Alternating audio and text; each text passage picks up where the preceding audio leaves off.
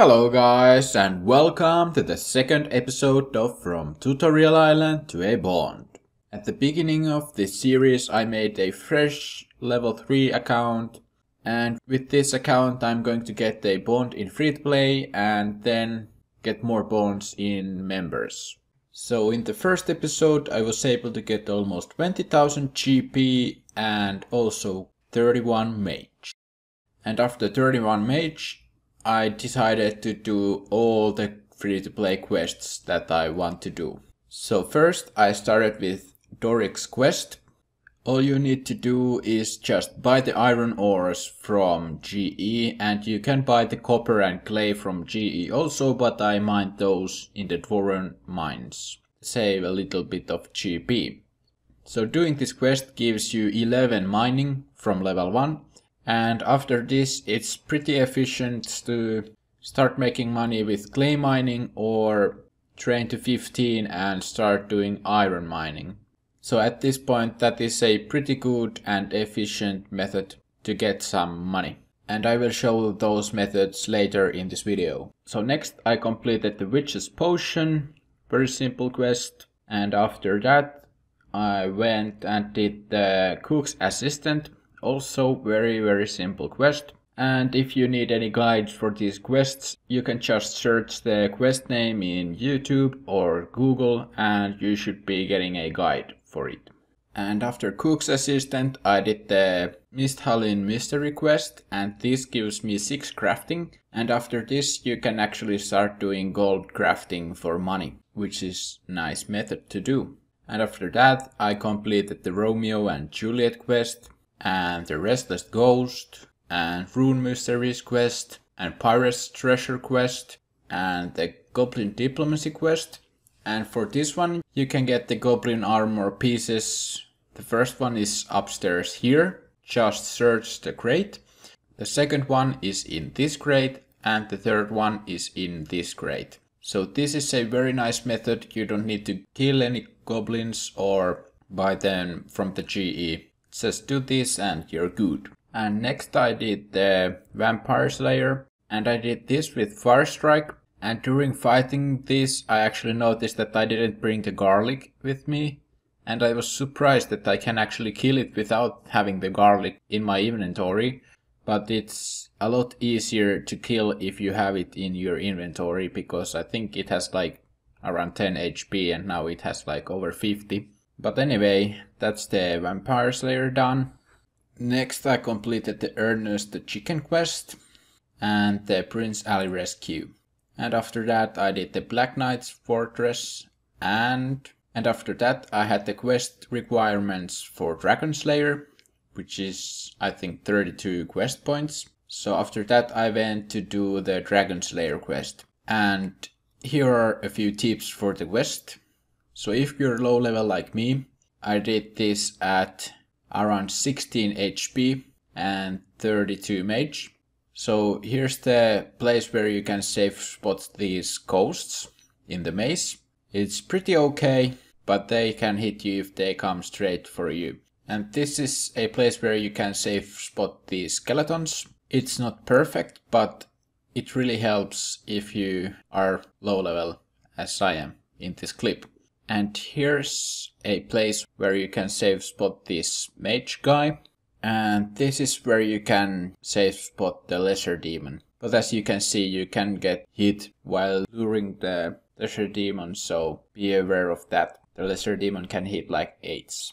So after doing the maze, I completed the Knight's Sword quest and got myself 29 smithing, which is very nice.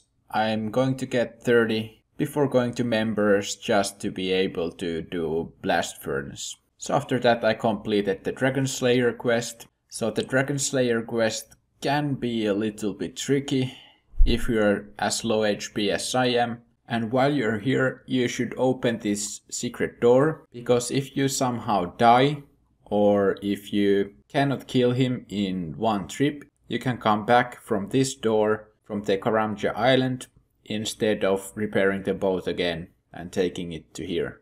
And if you're doing it with mage, but I did it by flicking it. So to flick the dragon you need to go to this spot where I am, There might be some other spots also, but this works pretty nicely. So you're going to cast the dragon every around 10 seconds, because if you're doing this with melee or range, you can see the HP bar. So every time the HP bar disappears, you can hit Elvarg. But with mage it's different, because when you splash you don't see the HP bar. So I was testing that around 10 seconds is pretty good. I also noticed that the HP bar disappears in around 8 seconds. But even if I waited 8 seconds when I had splashed, Elvarg still did hit me sometimes. And even if I did wait for 10 seconds, Elvarg could hit me sometimes also. So you really need to be perfect with this. So instantly when you start casting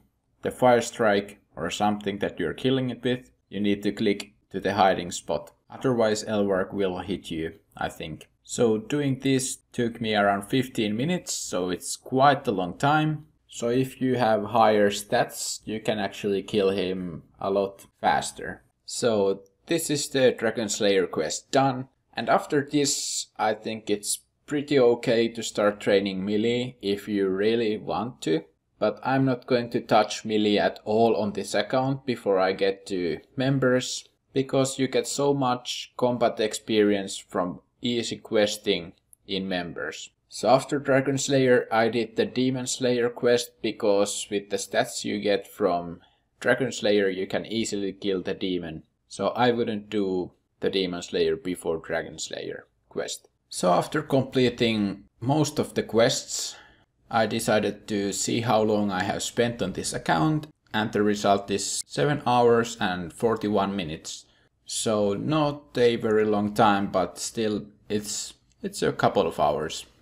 So after completing the quests, I went to train some magic. I bought myself 2263 mind runes and 4.5k air runes. So I spent around 2 hours here and I got myself to 44 magic, which is pretty nice. And I trained in this dungeon that requires Dragon Slayer because there are a lot less people here. The only downside is that the bank is pretty far away, but you don't really need to bank that often, so it's fine. You can check my older Ogress videos if you want to see the places where it is good to kill them. So here's the loot from around 2.2 thousand fire strikes and around 2 hours of training magic. So the loot is around 87,000 GP minus the runes. So I spent around 26,000 on the runes, so the total profit is around 30,000 GP per hour, which is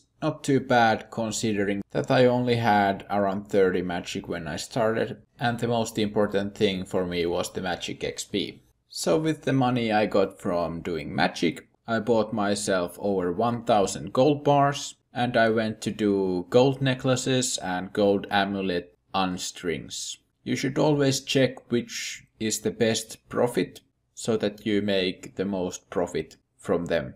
During these 1000, the profit was better for gold necklaces, but usually it should be better for the amulets.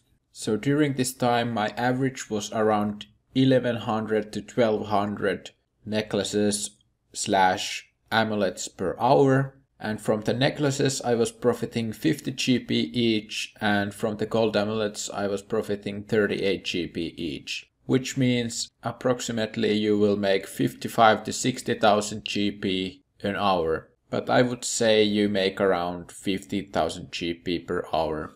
And when you get more money, you can actually start making sapphire rings or sapphire necklaces, or you can make emerald rings or emerald necklaces. But those can be quite tricky and they're not anywhere near as AFK as doing gold necklaces or gold amulet use. Next I tried how much money can I do at 11 mining. So I went to Varrock West Bank and then I ran to the mine just south of it. And then I mined some clay.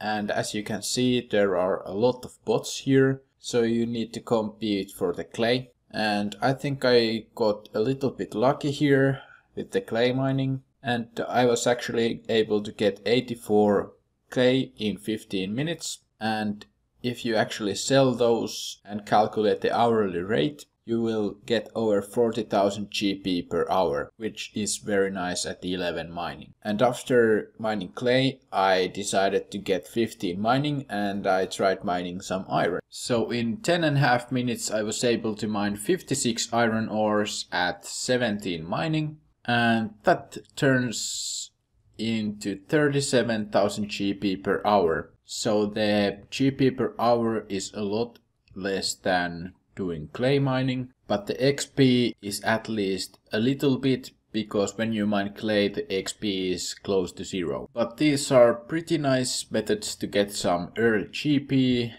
and if you want to train more mining, then you should probably mine iron, because as you get more mining levels, the iron mining will come a lot faster, and at 60 mining you can access the mining guild, where you can get a lot more iron ores per hour. But I'm not planning to do 60 mining on this account at all. So next week there's going to be episode 3 of this series, and that will probably focus on the range training in free-to-play and how much profit that is. So subscribe for more and stay tuned. And if you like this one, please leave a like. And as always, have a great day. MrGrauman out.